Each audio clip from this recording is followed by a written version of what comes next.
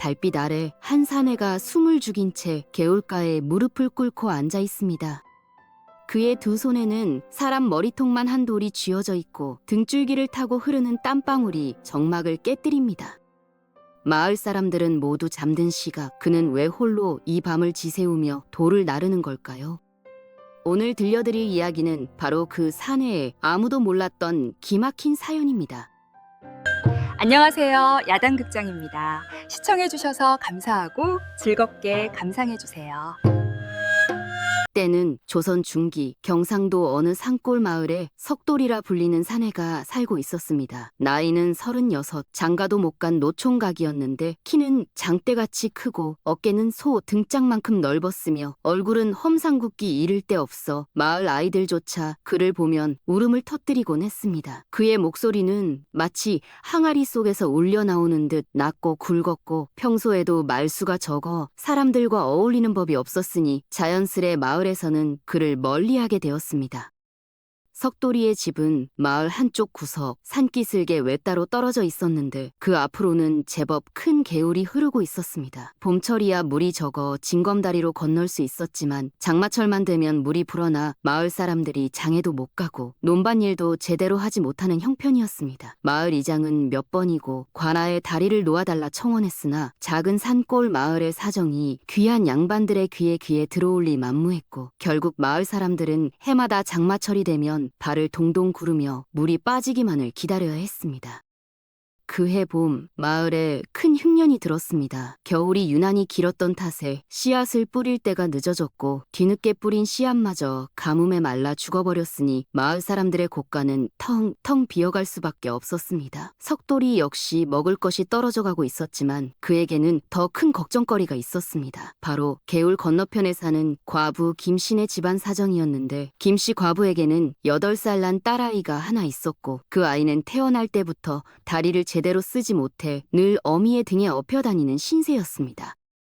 석돌이는 어려서부터 그 아이를 지켜봐왔습니다. 비록 말 한마디 건넨 적은 없었지만 아이가 개울가에서 혼자 앉아 물장난을 치며 놀 때면 멀찌감치 서서 아이가 물에 빠지지나 않을까 지켜보곤 했습니다. 그러던 어느 날 장마가 시작되기 직전이었는데 석돌이는 김씨 과부가 아이를 업고 개울을 건너다 미끄러져 넘어지는 광경을 목격했습니다. 다행히 물이 얕아 큰일은 면했지만 아이는 놀란 나머지 한동안 울음을 그치지 못했고 석돌이는 그날 밤 잠을 이루지 못했습니다. 그 이튿날 밤부터였습니다. 석돌이는 달빛을 의지해 개울가로 나갔습니다. 그의 손에는 지게가 들려 있었고 지게 위에는 주먹만 한 돌부터 사람 머리통만 한 돌까지 가득 실려 있었습니다. 산빛 아래서 굴러떨어진 돌들을 주워 모은 것이었는데 석돌이는 그 무거운 짐을 지고도 숨 한 번 제대로 고르지 않고 개울가로 향했습니다. 개울의 폭은 대략 20발자국 정도 되었고 깊이는 어른 무릎까지 차오를 만큼이었으니 장마철에 물이 불면 걷잡을 수 없이 위험해질 터였습니다. 석돌이는 개울 한가운데 돌을 하나 내려놓았습니다. 무릎을 꿇고 앉아 물속을 더듬어 평평한 자리를 찾아낸 뒤 그 위에 돌을 올려놓고는 발로 꾹꾹 눌러 단단히 고정시켰습니다. 그렇게 한 개를 놓고 나니 이미 옷은 흠뻑 젖어버렸고 무릎과 손바닥에는 돌에 쓸린 상처가 생겨 피가 배어나왔습니다. 하지만 석돌이는 아랑곳하지 않고 두 번째 돌을 들어 올렸습니다. 그렇게 밤새도록 돌을 나르고 또 나르다 보니 어느새 동쪽 하늘이 희끗희끗 밝아오기 시작했고 석돌이는 서둘러 집으로 돌아가 몸을 숨겼습니다. 이튿날 아침 마을 사람들이 개울가로 나와보니 이상한 광경이 펼쳐져 있었습니다. 분명 어제까지만 해도 없었던 돌 하나가 개울 한가운데 놓여 있었던 것입니다. 처음에는 그저 물살에 떠내려온 돌이 우연히 박힌 것이려니 생각했지만 그 돌이 놓인 위치며 단단히 고정된 모양새를 보니 누군가 일부러 놓은 것이 분명했습니다. 마을 사람들은 서로 얼굴을 마주보며 수군거렸지만 누가 이런 일을 했는지 아무도 알 수 없었습니다. 그날 밤 석돌이는 다시 개울가로 나갔습니다. 지난밤 놓았던 돌에서 한 발자국 떨어진 곳에 두 번째 돌을 놓았고 그 옆에 세 번째 돌을 놓았습니다. 돌을 나르는 일은 생각보다 훨씬 고된 작업이었는데 산빛 아래서 돌을 찾아 지게에 싣고 그것을 개울가까지 나르고 다시 물속에 넣어 제자리를 잡아주는 과정이 한두 번이 아니었으니까요. 밤새 그 일을 하고 나면 온몸이 쑤시고 아팠지만 석돌이는 이상하게도 마음 한구석이 따뜻해지는 것을 느꼈습니다.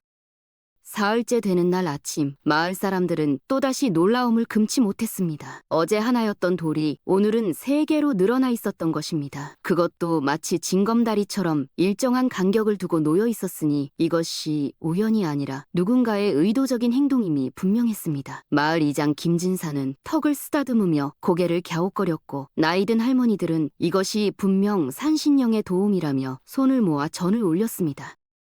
석돌이는 낮에는 여느 때처럼 자기 일을 하며 지냈습니다. 논밭을 돌보고 나무를 해다 장작을 패고 가끔은 마을 사람들의 청을 받아 무거운 짐을 나르는 일을 거들었습니다. 사람들은 여전히 그의 험상궂은 얼굴과 무뚝뚝한 말투 때문에 불편해했지만 힘쓰는 일만큼은 그만한 사람이 없었기에 일이 생기면 어쩔 수 없이 그를 찾곤 했습니다. 석돌이는 그럴 때마다 묵묵히 일을 해주었고 대가는 거의 받지 않았는데 그저 밥 한 끼나 술 한 사발이면 충분하다는 듯 손을 내저었습니다. 밤이 되면 석돌이는 다시 개울가로 향했습니다. 이제 그 일은 그에게 일상이 되어버렸고 하루라도 돌을 나르지 않으면 마음이 불편해질 정도였습니다. 그렇게 열흘이 지나자 개울에는 어느덧 15개가 넘는 돌이 놓였고 이제는 물이 불어도 건널 수 있을 만큼 징검다리의 형태를 갖추어 가고 있었습니다. 마을 사람들은 날마다 개울가에 모여 이 신기한 광경을 구경했고 누가 이런 일을 하는지 알아내기 위해 밤에 지켜보기로 약속했지만 정작 밤이 되면 모두들 피곤에 지쳐 잠들어버리기 일쑤였습니다. 그러던 어느 날 밤 마을의 젊은이 박쇠가 친구들과 술을 마시고 늦게 귀가하던 중 개울가에서 이상한 소리를 들었습니다. 철썩철썩 물소리가 규칙적으로 들려왔고 그 사이사이로 무언가 무거운 것을 내려놓는 둔탁한 소리가 섞여 있었습니다. 박쇠는 술 기운에 겁이 없어진 터라 친구들과 함께 소리가 나는 쪽으로 살금살금 다가갔습니다. 달빛이 구름에 가려 어두컴컴했지만 어렴풋이 사람의 형체가 보였고 그 사람은 개울 한가운데에서 무릎을 꿇고 앉아 무언가를 하고 있었습니다. 박쇠는 친구들에게 눈짓을 하고는 더 가까이 다가갔습니다. 그런데 그 순간 구름이 걷히면서 달빛이 쏟아져 내렸고 그제야 박쇠는 그 사람의 정체를 알아볼 수 있었습니다. 다름 아닌 석돌이였습니다. 석돌이는 두 손에 커다란 돌을 들고 있었고 온몸이 물에 젖어 있었으며 얼굴에는 땀과 물이 뒤섞여 흘러내리고 있었습니다. 박쇠는 너무 놀란 나머지 그만 헛기침을 하고 말았고 그 소리에 석돌이가 화들짝 놀라 고개를 돌렸습니다. 두 사람의 눈이 마주쳤습니다. 석돌이의 눈빛에는 당혹감과 부끄러움이 뒤섞여 있었고 박쇠의 눈에는 놀라움과 미안함이 가득했습니다. 석돌이는 말없이 일어서서 개울을 건너 육지로 올라왔고 박쇠와 그 친구들 앞을 지나쳐 산길로 사라져버렸습니다. 박쇠는 한동안 멍하니 서 있다가 친구들과 함께 개울가로 내려가 석돌이가 놓아둔 돌들을 자세히 살펴보았습니다. 돌들은 하나같이 크고 무거웠으며 물속에 단단히 박혀 있어 손으로 밀어도 꿈쩍하지 않았습니다. 이튿날 아침 박쇠는 마을 사람들을 모아놓고 지난밤에 본 일을 이야기했습니다. 마을 사람들은 처음에는 믿기지 않는다는 듯 고개를 저었지만 박쇠가 워낙 진지하게 말하는 통에 결국 그의 말을 믿을 수밖에 없었습니다. 마을 이장 김진사는 턱을 쓰다듬으며 말했습니다. 그렇다면 우리가 산신령의 도움이라고 생각했던 것이 사실은 석돌이가 홀로 밤마다 해온 일이었구나. 이 무슨 놀라운 일인가. 우리는 그 사람을 제대로 알지 못했던 것이로구나. 마을 사람들은 모두 석돌이의 집으로 향했습니다. 석돌이는 집 앞마당에서 나무를 패고 있었는데 마을 사람들이 우르르 몰려오는 것을 보고는 잠시 당황한 기색을 보였습니다. 사람들은 그의 앞에 서서 말을 꺼냈습니다. 석돌이, 우리가 몰라 뵙고 신뢰가 많았소. 그대가 밤마다 개울에 돌을 나른 것을 이제야 알았소. 정말 고맙소. 이 은혜를 어찌 갚아야 할지 모르겠소. 석돌이는 고개를 숙인 채 아무 말도 하지 않았습니다. 그의 두 손은 도끼자루를 꽉 쥐고 있었고 얼굴은 붉게 달아올라 있었습니다. 마을 사람들은 그가 부끄러워하는 것을 알아차리고는 더 이상 재촉하지 않았습니다. 대신 김진사가 앞으로 나서서 말했습니다. 석돌이, 우리가 그대를 제대로 대하지 못한 것을 용서해 주시오. 앞으로는 그대를 마을의 일원으로, 아니 마을의 은인으로 대하겠소. 부디 마음을 열고 우리와 함께 지내주시오. 그제야 석돌이는 고개를 들었습니다. 그의 눈에는 눈물이 가득 고여 있었고 입술은 떨리고 있었습니다. 석돌이는 잠시 말을 잇지 못하다가 겨우 입을 열었습니다. 그는 낮고 굵은 목소리로 말했는데 그 목소리에는 평소와 달리 떨림이 섞여 있었습니다. 저는 그저 김씨 과분의 아이가 물에 빠질까 걱정이 되어서 그랬을 뿐입니다. 산신령이라는 소문이 돌길래 부끄러워서 차마 나서지 못했습니다. 용서해 주십시오.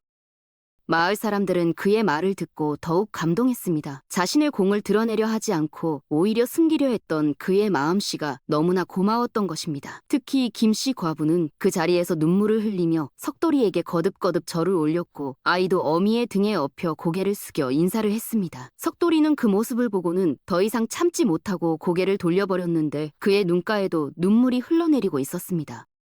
그날 이후로 마을의 분위기는 완전히 달라졌습니다. 사람들은 더 이상 석돌이를 무서워하거나 멀리하지 않았고 오히려 그를 따뜻하게 대하기 시작했습니다. 아이들도 더 이상 그를 보고 울지 않았고 어른들은 그와 이야기를 나누며 웃음을 나누었습니다. 석돌이는 처음에는 어색해하며 어찌할 바를 몰라 했지만 시간이 지나면서 조금씩 마음을 열어갔고 가끔씩은 억순 웃음소리를 내며 사람들과 어울리기도 했습니다.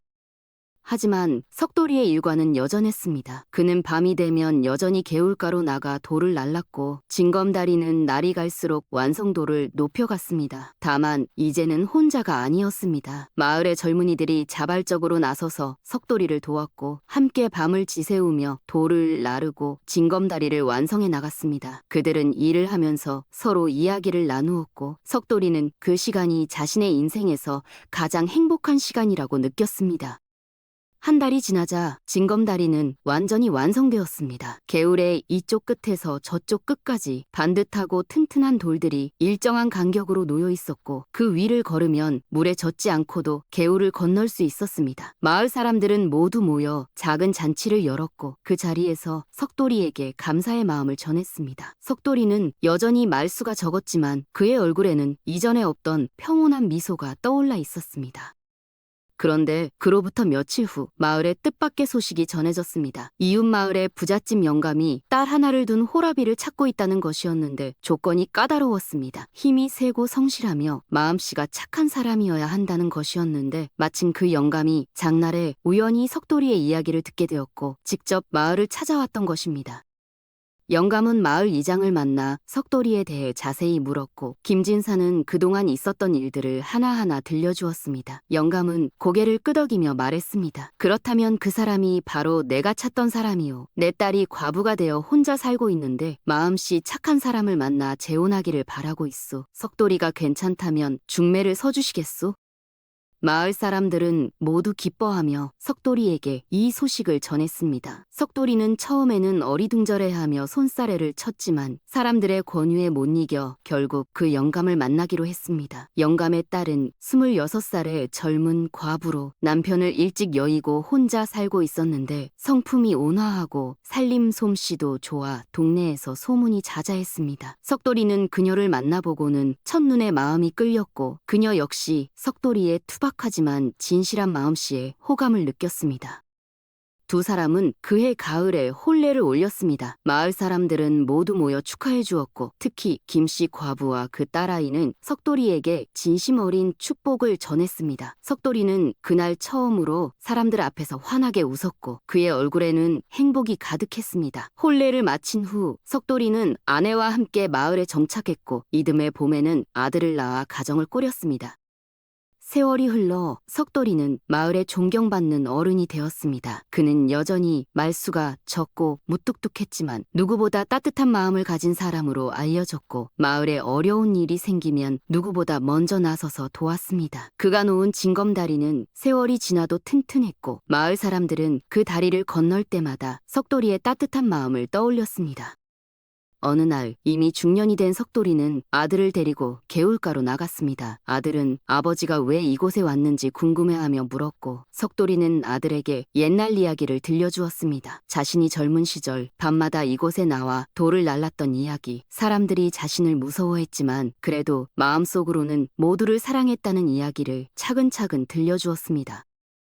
아들은 아버지의 이야기를 듣고 눈물을 글썽이며 말했습니다. 아버지, 저도 아버지처럼 다른 사람을 돕는 사람이 되고 싶어요. 비록 남들이 알아주지 않아도 묵묵히 선행을 베푸는 사람이 되고 싶어요. 석돌이는 아들의 머리를 쓰다듬으며 말했습니다. 그래, 착한 일은 남이 알아주기 위해 하는 것이 아니란다. 네 마음이 편안하고 행복하기 위해 하는 것이지. 그것이 진정한 선행이란다.